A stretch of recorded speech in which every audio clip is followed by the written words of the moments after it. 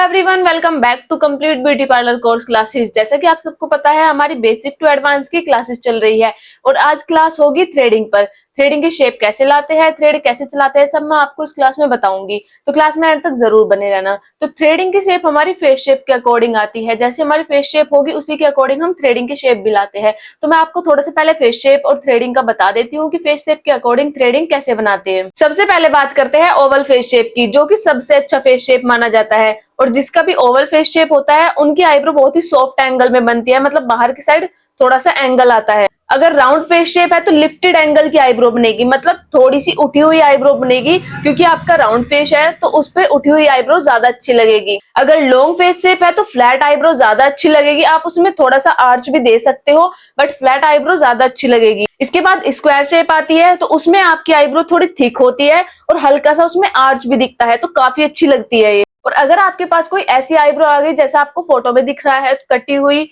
या फिर किसी चोट लगने की वजह से बाल थोड़े हट जाते हैं, ऐसी आईब्रो में आपको क्या करना है, पहले आपको क्लाइंट से पूछना है कि आपको पतली आईब्रो करानी है या मोटी आईब्रो करानी है। सबसे पहली बात, अगर कोई ऐसी आईब्रो आती है तो उसमें आप मोटी आईब्रो करो तो ज्यादा अच्छा रहेगा, क्योंकि पतली आईब्रो में वो और ज्यादा खत्म दिखेगी बिल्कुल। तो आपको बहुत हल्के हल्के हेयर निकाल कर उसको मोटी शेप में ही लाना है। पर आप क्लाइंट से भी पूछ सकते हो उनको कैसी रिक्वायरमेंट है आईब्रो की, तो आप उनके अकॉर्डिंग वो आईब्रो बना। और एक बात, अगर आपके क्लाइंट की आईब्रो पहले ही राउंड शेप में है तो वो आर्च शेप में नहीं आ सकती। आर्च शेप में मतलब यहाँ से जो पॉइंट होता है वो उठा हुआ होता है, आपकी आईब्रो थोड़ी उठी हुई होती है, उसको आर्च शेप में बोलते हैं। तो अगर क्लाइंट की आईब्रो पहले ही राउंड शेप में है तो वो आर्च शेप में नहीं आ सकती। अगर वो बोल रही है हमें आर्च शेप में चाहिए, तो आप उनको अच्छे से समझाइए कि आपकी आईब्रो आर्च शेप में नहीं आ सकती, क्योंकि वो पहले से ही राउंड शेप में है। तो सबसे पहले मैं आपको बता देती हूँ आईब्रो के लिए हमें क्या क्या सामान चाहिए। तो आईब्रो के लिए एक थ्रेड होना चाहिए। ये ऑर्गेनिक का थ्रेड मैं यूज करती हूँ। ये पूरा बॉक्स आता है, आप चाहो तो बॉक्स भी ले सकते हो। इसमें आपको पूरे 8 थ्रेड मिलते हैं और ये ऐसा थ्रेड आता है, आराम से आपको 50-60 रुपए में सिंगल मिल जाएगा। अगर आपको सिंगल लेना है, पूरा बॉक्स नहीं लेना है, तो आप ये ले सकते हो। और ये काफी अच्छा थ्रेड है, रेडनेस नहीं करता है, काफी सॉफ्ट चलता है और बहुत अच्छा थ्रेड है। आप अपने सलून में भी इसको यूज कर सकते हो। उसके बाद आपके पास सीजर होनी चाहिए। सीजर आपको ऐसी बारीक नोक की लेनी है, छोटी सीजर लेनी है आपको आईब्रो के लिए। बड़ी सीजर से नहीं कर सकते आप, तो आपको ऐसी छोटी सीजर लेनी है। उसके बाद आपको पाउडर लेना है। पाउडर में आप कॉटन का यूज करिए। हर एक क्लाइंट पर थोड़ी सी कॉटन लीजिए और पाउडर उससे लगा दीजिए। पर आपको सेम कॉटन हर एक क्लाइंट की आईब्रो पर यूज नहीं करनी है, वो ज्यादा हाइजीनिक हो जाएगा। तो आपको हर एक क्लाइंट की आईब्रो के लिए अलग कॉटन लेनी है। तो सबसे पहले मैं आपको बता देती हूँ आपको थ्रेड कैसे चलाना है और आप थ्रेड की प्रैक्टिस कैसे कर सकते हो। तो आपको ऐसे नाक के नीचे थ्रेड को दबा लेना है। उसके बाद इसको ऐसे खोलना है। ऐसे 3 फिंगर से आपको हल्का राउंड करना है। 4 से 5 बार आप इसको राउंड करें। अगर आप स्टार्टिंग में कर रहे हो, नया नया सीख रहे हो, तो आपको गिनकर 4 से 5 राउंड लेने हैं।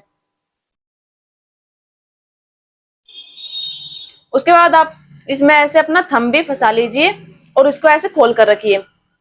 दूसरे हाथ से इसको हम ऐसे फिंगर पर ऐसे लपेट लेंगे और उसको ऐसे इस वाले थंब से दबा कर रखेंगे।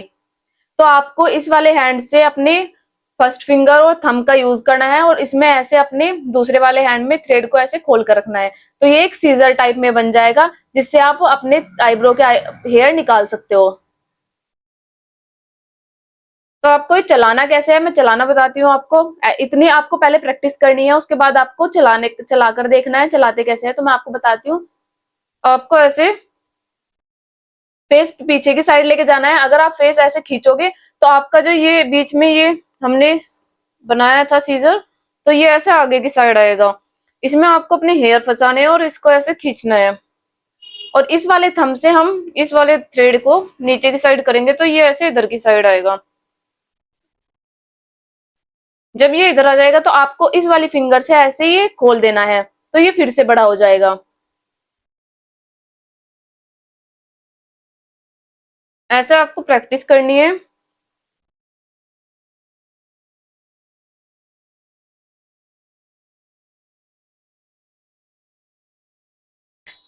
आपको पता कैसे चलेगा कि आपका थ्रेड अच्छा चलने लगा है, मैं आपको बताती हूँ। आपको खुद से पता चल जाएगा कि आपका थ्रेड अच्छा चलने लगा है। आपको किसी से पूछने की जरूरत नहीं है। आपके थ्रेड में आवाज आनी स्टार्ट हो जाएगी। मैं आपको दिखाती हूँ आवाज सुना के आवाज कैसी आती है। ऐसे आपको लपेट के और इसको ऐसे चलाना है, तो आप आवाज सुनना इस बार।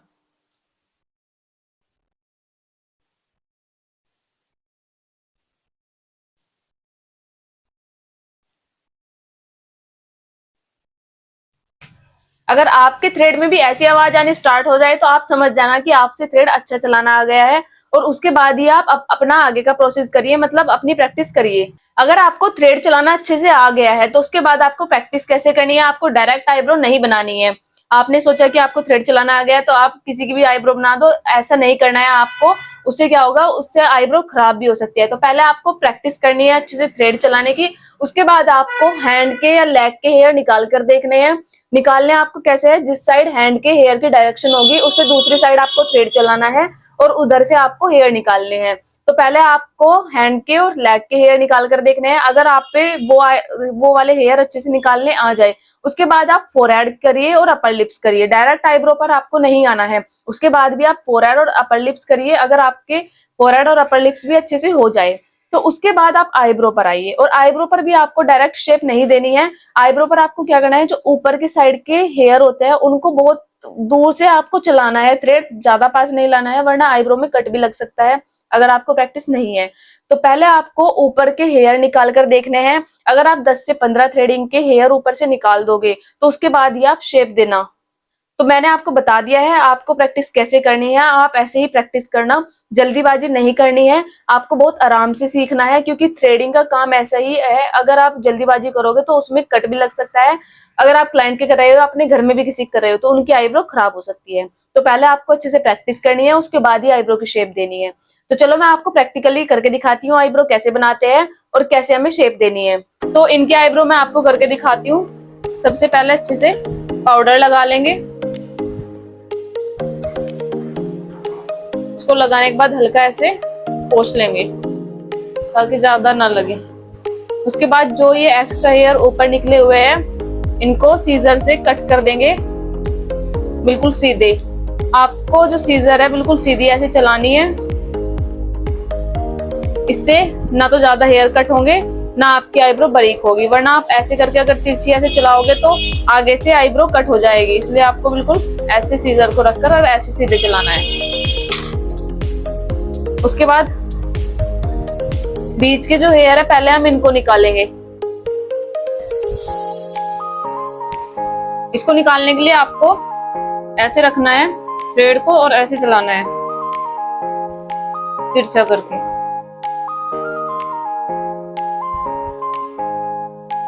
बहुत आराम से आपको थ्रेड चलाना है, एक एक बाल आपको आराम से निकालना है।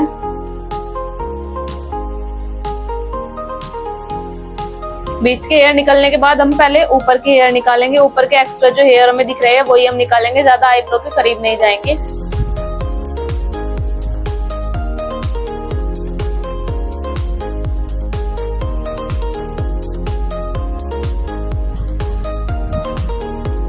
अब हमने इधर से तो हेयर निकाल दिए हैं, सेम इधर से हम हेयर निकालेंगे। जो यहाँ पे पॉइंट होता है आईब्रो का, इसको हम कट नहीं करेंगे।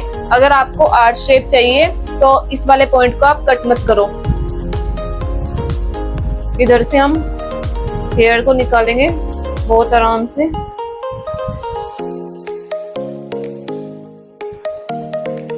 तो ऊपर से सारे हेयर निकाल दिए हैं।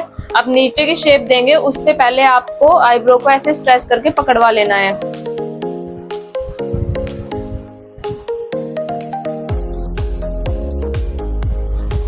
और जो ये एक्स्ट्रा हेयर आपको दिख रहे हैं ना, पहले हम इनको ही निकालेंगे, शेप हम बाद में देंगे। जितने भी एक्स्ट्रा हेयर हमें दिख रहे हैं इनको निकालेंगे।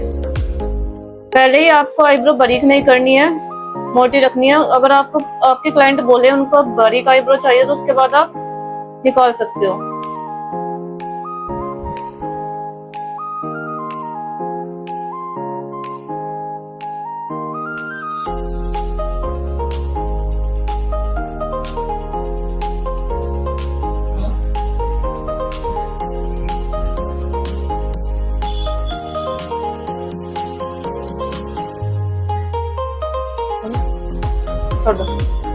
तो जितने एक्स्ट्रा हेयर थे वे मैंने निकाल दिए हैं। अभी आपको दिख रहा है, आप देख सकते हो, यहाँ से थोड़े से हेयर और निकालेंगे, उसके बाद इनकी शेप अच्छी आ जाएगी आईब्रो की।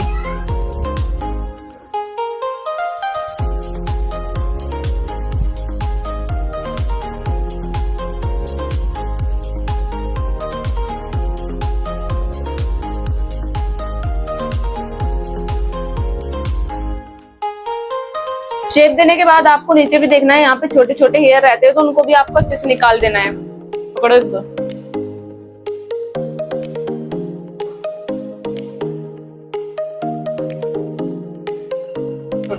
एयर ऊपर से और निकलेंगे, पहले आप नीचे की शेप दो। अगर आपको लगे कि और एयर निकालने हैं तो और भी निकाल सकते हो।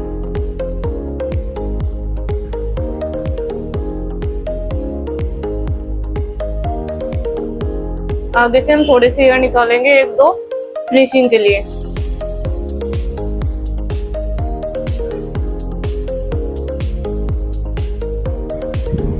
तो आप देख सकते हो कितनी अच्छी शेप आई है आईब्रो की। ना तो ज्यादा बारीक हुई है, ना कहीं पर कोई कट लगा है, और सारे हेयर अच्छे से निकल गए हैं। सेम इसी तरीके से हम ये वाली आईब्रो करेंगे। जब हम राइट साइड की आईब्रो करते हैं तो हम आगे खड़े होकर करते हैं, और लेफ्ट साइड की आईब्रो हम पीछे खड़े होकर करेंगे। तो इधर की आईब्रो हम पीछे खड़े होकर करेंगे और ऊपर से थोड़े थोड़े हेयर हम निकालेंगे पहले।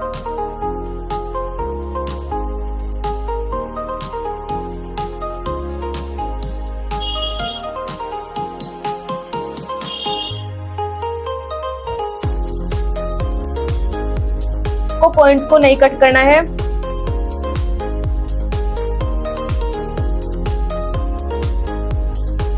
बस जितने आपको एक्स्ट्रा हेयर दिखे वही आपको निकालने हैं। उसके बाद आपको आईब्रो को अच्छे से स्ट्रेच करके पकड़वा लेना है।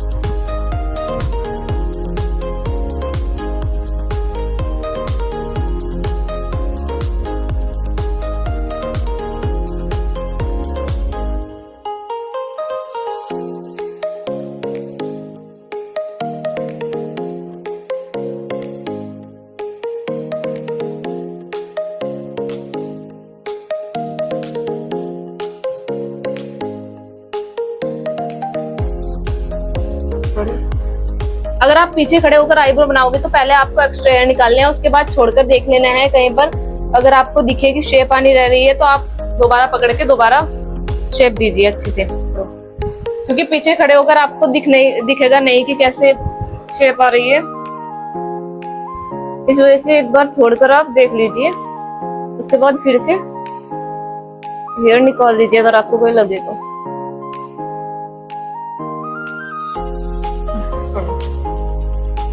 आगे से आपको थोड़े थोड़े हेयर निकालने हैं फिनिशिंग के लिए।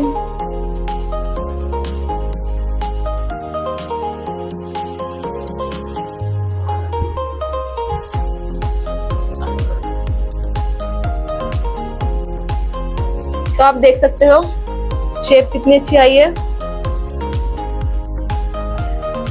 आईब्रो कंप्लीट होने के बाद या तो आप एस्ट्रोजेंट लगा सकते हो आईब्रो के लिए, या फिर कोई भी कोल्ड क्रीम लेके अच्छे से मसाज दे दो 1 मिनट के लिए।